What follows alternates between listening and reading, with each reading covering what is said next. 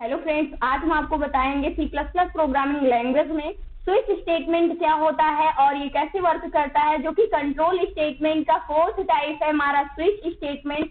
आज हम देखते हैं स्विच स्टेटमेंट क्या होता है विद इसके सिंटैक्स के साथ और प्रोग्राम बना करके हम इसको एग्जाम्पल के साथ डिस्कस करेंगे। फर्स्ट हम स्टार्ट करते हैं जो हमारा स्विच स्टेटमेंट होता है। ये प्रोग्राम में तो हम यूज करते हैं बट इंटरव्यू में नहीं पूछा जाता है। जो स्विच स्टेटमेंट है ये इंटरव्यू में नहीं पूछा जाता है, इसलिए केवल इसके कॉन्सेप्ट को क्लियर करने के लिए हम स्विच स्टेटमेंट को पढ़ते हैं। सिंपली सा हम स्टार्ट करते हैं।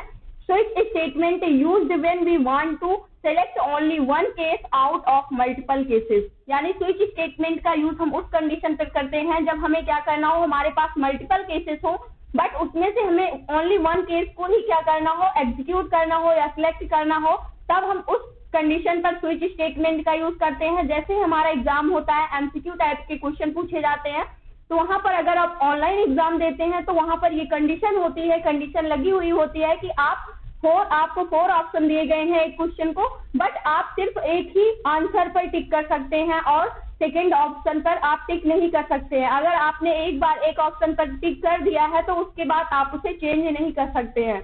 सेम वैसे ही हमारा क्या होता है, स्विच स्टेटमेंट होता है। इसमें अगर आप मल्टीपल केसेस हैं आपके पास तो आप क्या कर सकते हैं, ओनली वन कंडीशन को ही यानी ओनली वन केस को ही आप सिलेक्ट कर सकते हैं, चाहे आपके पास जितने भी कंडीशंस यानी कि जितने भी ऑप्शंस क्यों ना हो। तो सबसे पहले हम देखते हैं जो हमारा सिंटैक्स तो होता है स्विच स्टेटमेंट का, वो क्या होता है। जैसे हमारा वर्ड होता है तो उसमें पावर ऑफ ऑन करने के लिए, फैन ऑन करने के लिए, लाइट ऑन करने के लिए सारी चीज अलग अलग होती हैं।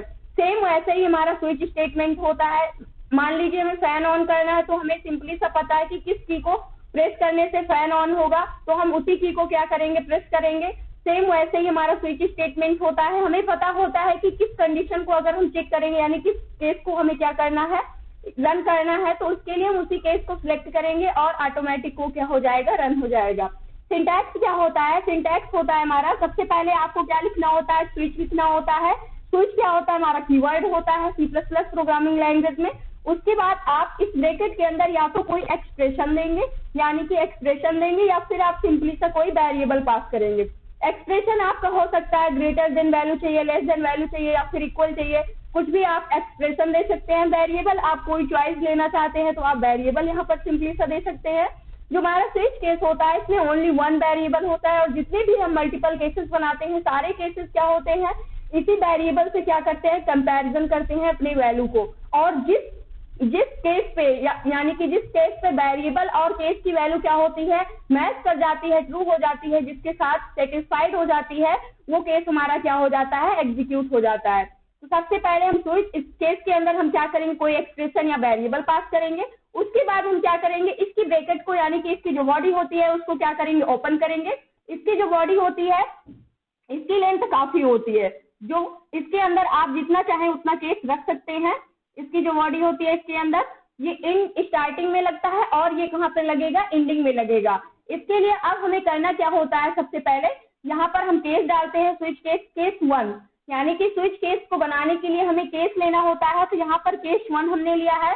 उसके बाद यहाँ से हम क्या करते हैं, इसको स्टॉप करते हैं। उसके बाद आप क्या करेंगे, स्टेट 1 लिखेंगे, स्टेटमेंट 1 लिखेंगे यानी केस नंबर 1 होगा। तो आप इस केस नंबर 1 में अगर आप इनपुट करते हैं वैल्यू 1 को, तो आपका कौन सा स्टेटमेंट प्रिंट होना चाहिए, कौन सा स्टेटमेंट एग्जीक्यूट करना चाहते हैं आप, केस 2 आप डालेंगे, उस स्टेटमेंट में आपने कुछ और रखा है।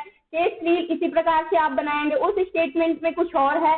इसी प्रकार से करते हुए आप केस m तक बना सकते हैं, यानी कि आप इनफाइनाइट यानी कि जितना भी आप बनाना चाहें उतनी वैल्यू को आप क्या कर सकते हैं, उतने केस बना सकते हैं एक सिंगल स्विच स्टेटमेंट के अंदर। उसके बाद क्या होता है, लास्ट हमारी जो कंडीशन होती है वो क्या होती है, डिफॉल्ट की कंडीशन होती है। डिफॉल्ट की कंडीशन पे हम क्या करते हैं, जब हमारे सारे केसेस यानी मैच नहीं करते हैं, हमारे स्विच केस में जो भी वेरिएबल होता है उसे कंपैरिजन करने पर सारे केस की वैल्यू क्या हो जाती है, फॉल्स हो जाती है, कोई भी कंडीशन केस ट्रू नहीं होता है, तो उस कंडीशन पर हमारा जो डिफॉल्ट का स्टेटमेंट होता है वो क्या हो जाता है, ऑटोमेटिक एग्जीक्यूट हो जाता है। और यहाँ पर हम क्या कर देते हैं, इसकी बॉडी को एंड कर देते हैं। इसके लिए हम सिंपल सा एक प्रोग्राम बना करके देखते हैं। इसके लिए प्रोग्राम में सबसे पहले हम क्या लेंगे, यहाँ पर 1 2 3 4 5 ऐसे करके हम क्या करते हैं, प्रोग्राम बनाते हैं। हम क्या बनाएंगे, जितने भी हमारे वीक नेम होते हैं उन सभी को हमें क्या करना है, रन टाइम में वैल्यू को इनपुट लेना है। यानी कि रन टाइम में उनमें से हमें केस को चेक करना है। अगर हम 1 प्रेस करते हैं तो हमें संडे मिलना चाहिए, 2 प्रेस करते हैं तो मंडे मिलना चाहिए। इस प्रकार से हम क्या करते हैं, केस का यूज करते हैं। सबसे पहले यहाँ पर हम किसका यूज करने चल रहे हैं, switch case statement. Switch case statement, इसके लिए सबसे पहले हम हेडर फाइल को डिक्लेयर करते हैं, हेल्थ इंक्लूड आयो स्ट्रीम, उसके बाद यूजिंग नेम स्पेस,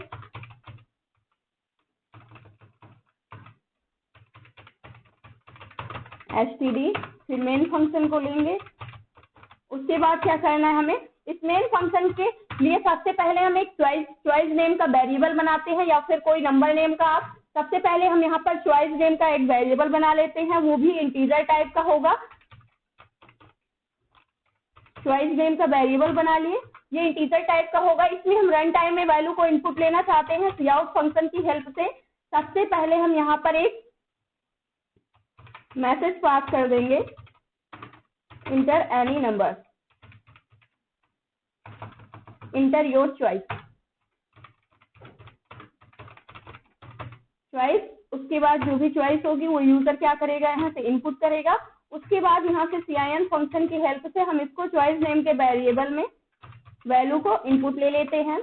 और यहाँ से अब हम क्या करते हैं, जो भी हमारा स्विच केस स्टेटमेंट का सिंटैक्स था उस सिंटैक्स का अब हम यूज करते हैं। इसके लिए सबसे पहले स्विच लिखना होता है, स्विच कीवर्ड को। उसके बाद या तो आप कोई एक्सप्रेशन पास करेंगे, जैसे हम यहाँ पर पास कर सकते हैं चॉइस इक्वल इक्वल 0, यानी कि जब हमारे चॉइस की वैल्यू क्या होगी, 0 के इक्वल होगी, तभी हमारा स्विच केस क्या होगा, रन होगा। अदरवाइज क्या होगा, वो फॉल्स हो जाएगा। या फिर आप सिंपल सा, इसको हम एक्सप्रेशन बोलते हैं। या फिर आप क्या बोल सकते हैं, यहाँ पर ग्रेटर देन, या फिर लेस देन, या फिर सिंपली सा ग्रेटर देन, या फिर लेस देन, आप ऐसे भी यूज कर सकते हैं।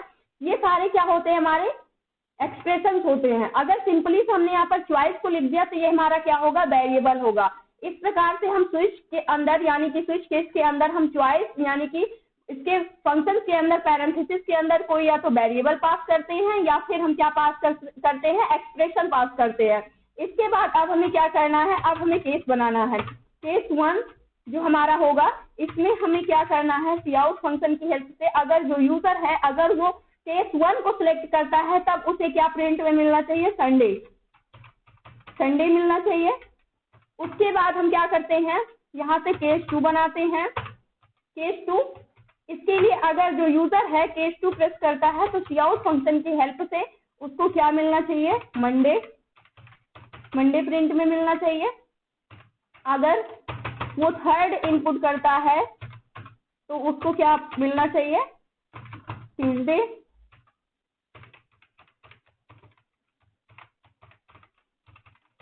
ट्यूसडे मिलना चाहिए। और इसी प्रकार से हम क्या करेंगे, और केस बनाएंगे। केस नंबर 4 बनाते हैं और इसको भी हम क्या करते हैं, वेडनेसडे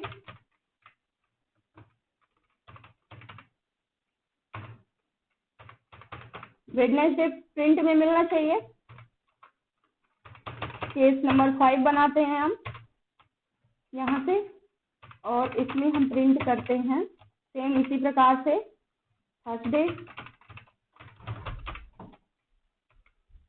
इतना ही करके हम देखते हैं इसके लिए। और उसके बाद हमें लास्ट में क्या करना होगा, सबसे पहले हम फॉन्ट की साइज को कम करते हैं ताकि सारी चीजें हमें एक साथ दिखनी चाहिए। यहाँ से हम क्या कर देते हैं, रिटर्न कर देते हैं, रिटर्न 0, और सेव करते हैं अपने प्रोग्राम को। यहाँ से हम दे देते हैं स्विच, सिंपली सा F11 से रन करते हैं। तो यहाँ से जो हमारा प्रोग्राम है ये सक्सेसफुली क्या हो रहा है, रन हो रहा है। रन होने के बाद सबसे पहले हमें इंटर योर चॉइस, आपको अपनी चॉइस को क्या करना होगा, इनपुट करना होगा। तो यहाँ पर हमारे पास टोटल कितनी चॉइस है, हमने 5 चॉइस बना रखी है, तो हम 5 को इनपुट करते हैं तो थर्सडे हमें प्रिंट में मिल रहा है। अगर हम F11 करते हैं, इस बार हम सेकेंड चॉइस, मुझे मंडे प्रिंट में मिलना चाहिए, तो यहाँ पर हमने सेकेंड इनपुट किया। यहाँ से मंडे की स्पेलिंग जो है मिस्टेक है,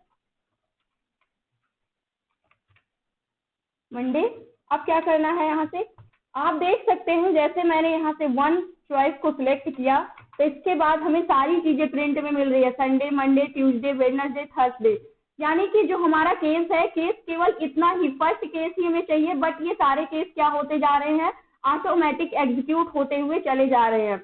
इस कंडीशन से हमें बचने के लिए, यानी कि मान लो आपको केवल फैन ही ऑन करना था, लेकिन आपने क्या कर दिया, एक ही की ऑन किया और सारे के कनेक्शन उसी से है, तो वो क्या हो जाएंगे, सारे ऑटोमेटिक क्या हो जाएंगे, ऑन हो जाएंगे, बल्ब भी ऑन हो जाएगी, फैन भी चल जाएगा और अदर्स काम भी होने लगेंगे। तो इससे बचने के लिए हम क्या करते हैं, यहाँ पर ब्रेक स्टेटमेंट का यूज करते हैं।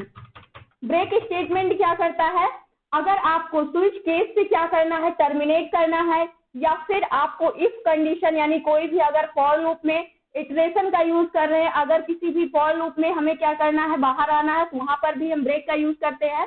सिंपली सा ब्रेक क्या करेगा, जैसे ही आप जो भी केस इनपुट करेंगे वो ऑप्शन क्या होगा, सबसे पहले रन होगा, उसके बाद क्या हो जाएंगे, आप इस स्टेटमेंट से ब्रेक हो जाएंगे, केस 1 से क्या हो जाएंगे, ब्रेक हो जाएंगे। किसी भी केस से ब्रेक होने के लिए हम ब्रेक स्टेटमेंट का यूज करते हैं, यहाँ से डायरेक्ट ब्रेक हो जाएंगे।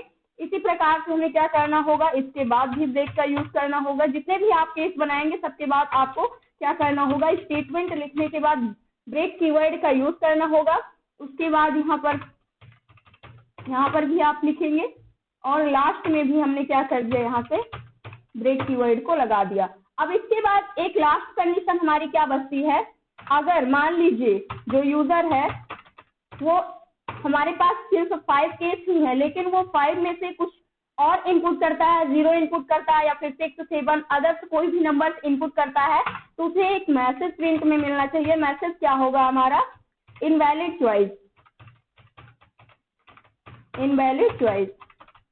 यहाँ से उसे क्या मैसेज मिल जाएगा, जो भी आपने नंबर इनपुट किया है वो क्या है, वैलिड नहीं है, यानी कि मैच नहीं कर रहा है। तब हमें, जब हमारा केस, यानी कि सारे केस की कंडीशन क्या हो जाएंगी, वेरिएबल से चेक होंगी। यहाँ पर सबसे पहले कोई भी वैल्यू जब इनपुट होगी, यहाँ से मान लो हमने क्या इनपुट कर दिया, यहाँ से सबसे पहले समझते हैं, हमने 5 वैल्यू को इनपुट लिया, यहाँ से 5 को इनपुट लिया। उसके बाद जब ये 5 जो है, ये वैल्यू इसमें आकर के इनपुट हो गई 5। उसके बाद यहाँ से केस के अंदर, यहाँ पर स्विच जो केस था चॉइस के अंदर, ये 5 वैल्यू क्या हो चुकी है, इनपुट हो चुकी है। तो जितने भी केस है, सबसे पहले जो केस 1 है ये इस वेरिएबल के पास जाएगा, चॉइस नेम के वेरिएबल के पास जाएगा और मैच करेगा क्या जो 1 है वो 5 के इक्वल है। तो ये जो 5 है ये 1 के इक्वल, दोनों क्या नहीं है, आपस में इक्वल नहीं है, तो ये कंडीशन क्या हो गई, फॉल्स हो गई फर्स्ट वाली।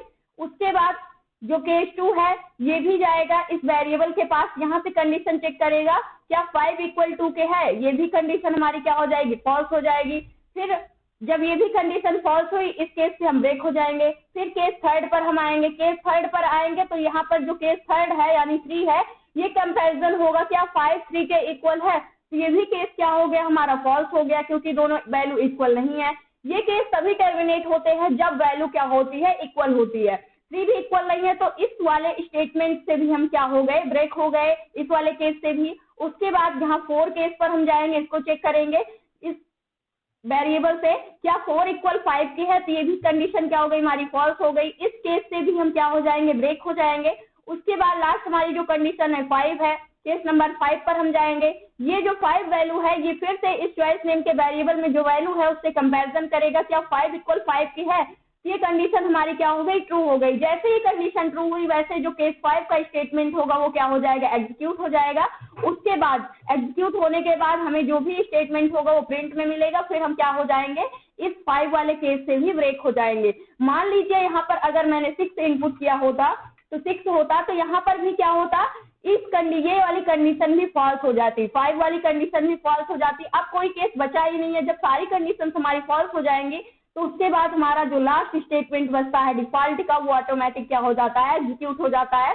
यानी कि ये मैसेज आपको प्रिंट में मिल जाएगा कि इनवैलिड चॉइस है, जो भी आपने वैल्यू को इनपुट कर रखा है, जो भी चॉइस सिलेक्ट कर रखा है वो इस प्रोग्राम में है ही नहीं है। तो इस प्रकार से हम किसका यूज करते हैं, स्विच केस स्टेटमेंट का यूज करते हैं। इसका यूज करके आप टू नंबर्स का एडिशन, सब्ट्रैक्शन, मल्टीप्लिकेशन, डिवीजन, ये सारी चीजें करवा सकते हैं। और मंथ नेम्स भी आप प्रिंट कर सकते हैं, जो भी स्टेटमेंट आप प्रिंट करना चाहें यानी कि चॉइस पे, वो आप कर सकते हैं। तो ये था आज का हमारा topic, switch case statement. I hope दोस्तों आज की इन्फॉर्मेशन आपको अच्छी लगी होगी। अगर वीडियो अच्छी लगी हो तो प्लीज लाइक करना, शेयर करना और हमारे चैनल को सब्सक्राइब करना। Thanks for watching this video.